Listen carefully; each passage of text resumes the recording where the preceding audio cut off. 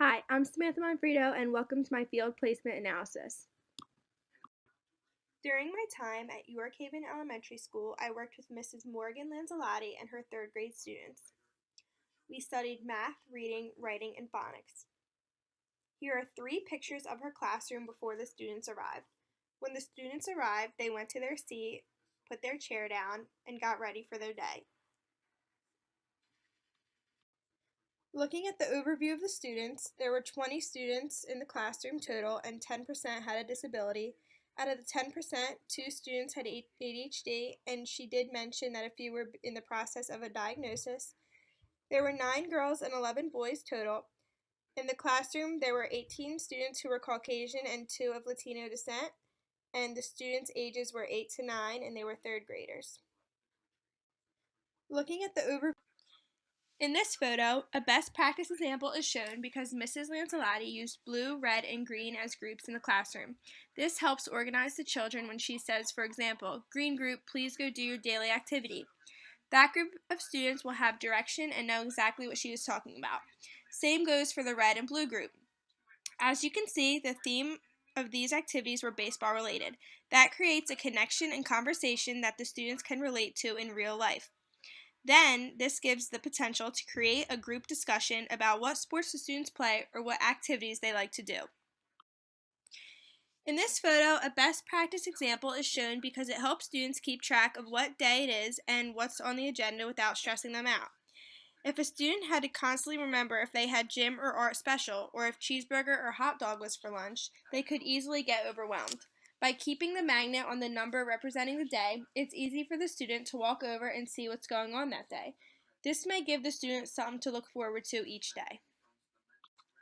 In this photo, a best practice example is shown because this represents an independent working space for someone who is absent. Underneath the table, it has cushions for the students to relax and sit on. By seeing this in action, I realized how much it worked and how much it created a relationship between the students. Mrs. Lanzalotti asked someone who was present in the class the day that person was absent to go over and catch them up on what they missed. Mostly all the students volunteered, and I found that inspiring that the students eagerly wanted to help their fellow classmates. In this photo, a best practice example is shown because if a student has a problem, the teacher can ask them to rate it on the chart. This allows the students to understand themselves and make a connection with how they're really feeling inside. This makes the students stop and think about how they really feel before taking the next step.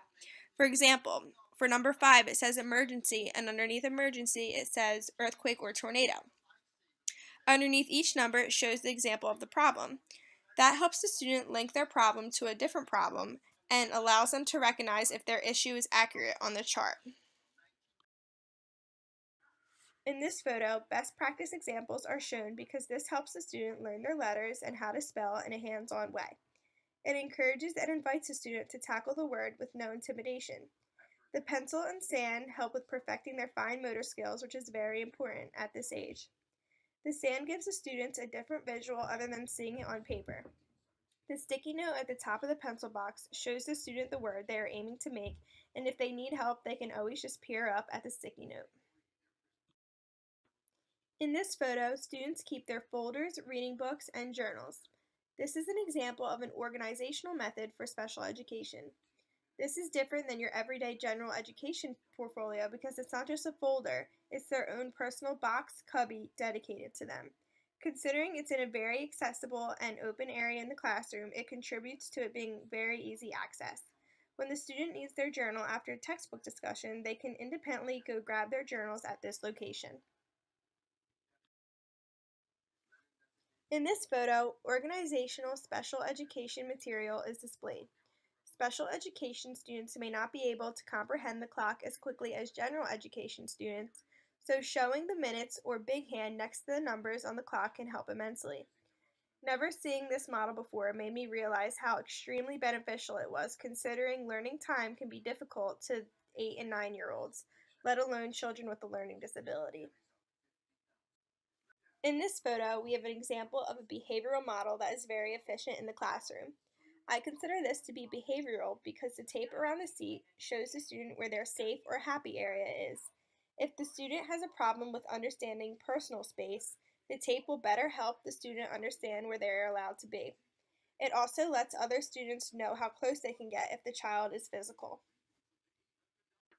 Prior to this placement, I worked with elementary age children at Milmay Christian Church Vacation Bible School. I didn't have a lot of experience, but being in my field placement opened my eyes to a lot of things I didn't know before. My first impression of York Haven Elementary was that it was going to be a breeze to just sit there and observe all that was going on around me. However, this was not the case. It took a lot of focus and noticing more than one thing at once. I will take Mrs. Lancelotti's warm welcome and great advice with me onto future endeavors. My beliefs about special education have changed over time because previously I was so scared and unsure of the unknown and had no idea what to expect. However, after working with students with special education needs, my perception of them has changed vastly. I'm no longer scared because they have beating hearts and emotions that need to be tended to just like everyone else. Inclusion is so important because it's our job as educators to ensure that no child feels left out or not a part of the in crowd. In conclusion, In conclusion, this experience has specifically impacted my beliefs and knowledge regarding special education because I realize sometimes it's not as hard as it seems to open a child up and get down to their comfort level if you truly have a passion for your profession. You can help a child with special needs do anything if you give them the push or assistance that they need. My new questions are: what do I do if a student yells at me or refuses to do what they are told when all else fails?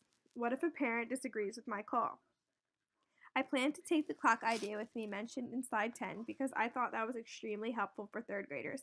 I also love the red, blue, and green group idea because it shows a great deal of organization and order in the classroom. I feel all the slides were just a few of many things I could have included in this PowerPoint. All slides are very beneficial and have their place in the class. Here's a picture of my documentation, and thank you for watching my field placement analysis.